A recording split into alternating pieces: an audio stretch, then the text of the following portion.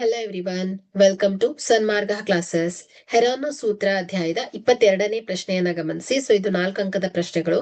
ತ್ರಿಭುಜದ ಪ್ರತಿ ಬಾಹುವನ್ನ ದ್ವಿಗುಣಗೊಳಿಸಿದರೆ ಆಗ ಆ ತ್ರಿಭುಜದ ವಿಸ್ತೀರ್ಣವು ಶೇಕಡ ಎಷ್ಟರಷ್ಟು ಹೆಚ್ಚಾಗುತ್ತೆ ಅಂತ ಕೇಳಿದ್ದಾರೆ. ಓಕೆ, ಸೊ ಮೊದಲನೇದಾಗಿ ತ್ರಿಭುಜವನ್ನ ನಾವು ಎ ಬಿ ಸಿ ಅಂತ ಕನ್ಸಿಡರ್ ಮಾಡೋಣ. ಸೊ 1ನೇ ತ್ರಿಭುಜ, ಸೊ ಈ ತ್ರಿಭುಜ ಎ ಬಿ ಸಿ. ಸೊ ಇದರ ಬಾಹುಗಳನ್ನ ದ್ವಿಗುಣಗೊಳಿಸಿದ್ರೆ ಅಂದ್ರೆ ಹೇಗೆ ಈ ಬಾಹುಗಳನ್ನ ದ್ವಿಗುಣಗೊಳಿಸೋದು ಅಂದ್ರೆ 2a 2b 2c ಆಯ್ತು ಅಂತ ಆದ್ರೆ ಇದರ ವಿಸ್ತೀರ್ಣ ಶೇಕಡ ಎಷ್ಟರಷ್ಟು ಹೆಚ್ಚಾಗತ್ತೆ ಅಂತ ಕೇಳಿದ್ದಾರೆ. ಓಕೆ, ಸೊ ಹಾಗಾದ್ರೆ ಇಲ್ಲಿ ಮೊದಲನೇ ಈ ಒಂದು ತ್ರಿಭುಜದ ಬಾಹುಗಳನ್ನ ಎ ಬಿ ಸಿ ಅಂತ ಇಟ್ಕೊಂಡ್ರೆ, ಸೊ ಇಲ್ಲಿ ಇದರ ಅರ್ಧ ಸುತ್ತಳತೆ S1 ಆದ್ರೆ ಇದೇ ಏನಾಗತ್ತೆ ಹೇಳಿ, a plus B plus C divided by 2. Okay, ಹಾಗಾದ್ರೆ ಇದರ ಏರಿಯಾ A1 ಏನಾಗತ್ತೆ ಹೇಳಿ, square root of S1 into S1 minus A into S1 minus B into S1 minus C ಆಯ್ತು. ಓಕೆ, ಸೊ ಬಾಹುಗಳನ್ನ ದ್ವಿಗುಣಗೊಳಿಸಿದಾಗ ಬಾಹುಗಳು ಹೇಗಿರತ್ತೆ, 2a 2b 2c ಇರತ್ತೆ. ಓಕೆ, ಸೊ ಹಾಗಾದ್ರೆ ಇಲ್ಲಿ ಎಷ್ಟು ಏನಾಗತ್ತೆ ಹೇಳಿ, 2a plus 2b plus 2c divided by 2. So ಇಲ್ಲಿ 2 ಅನ್ನ ಕಾಮನ್ ಆಗಿ ಇಟ್ಕೊಂಡ್ರೆ, ಸೊ ಏನಾಗುತ್ತೆ ಇಲ್ಲಿ 2 ಅನ್ನ ಕಾಮನ್ ಆಗಿಟ್ರೆ a plus B plus C ಆಯ್ತು. Okay, so divided by 2. So is equal to ಇದಿಷ್ಟನ್ನ ನಾವು ಏನಂತ ಬರಿಬಹುದು ಹೇಳಿ, 2 ಇಂಟು S1 ಅಂತ ಬರಿಬಹುದು.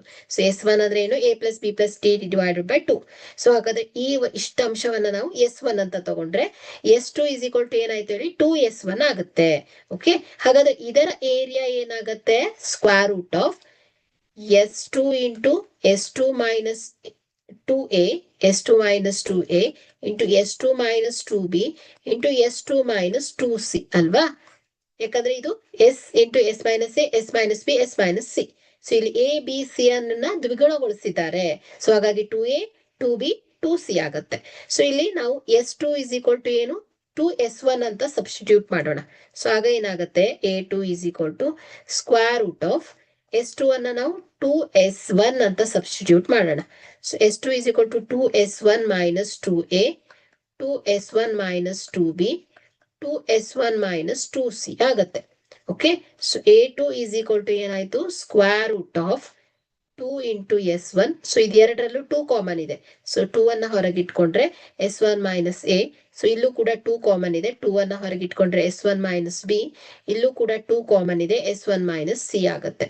ಸೊ ಓಕೆ, ಸೊ ಇಲ್ಲಿ 2 2 2 2 ಎಷ್ಟು ಟೈಮು, 1 2 3 4 2 2 4 4 2 8 8 2 16 ಆಗುತ್ತೆ.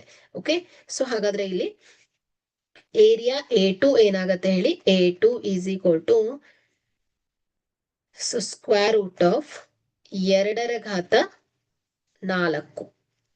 Okay, so 2⁴ into S1 into S1 minus A S1 minus B S1 minus C ಆಯ್ತು. ಸೊ ಇಲ್ಲಿ 2⁴ ಸ್ಕ್ವೇರ್ ರೂಟ್ ಆಫ್ 2⁴ ಅನ್ನ ಹೊರಗಿಟ್ಕೊಂಡ್ರೆ ಏನಾಗುತ್ತೆ, 2 ಸ್ಕ್ವೇರ್. 2 ಸ್ಕ್ವೇರ್ ಅಂದ್ರೆ ಏನಾಗುತ್ತೆ ಹೇಳಿ, 4 ಆಗುತ್ತೆ. So 4 square root of S1 into S1 minus A S1 minus B into S1 minus C.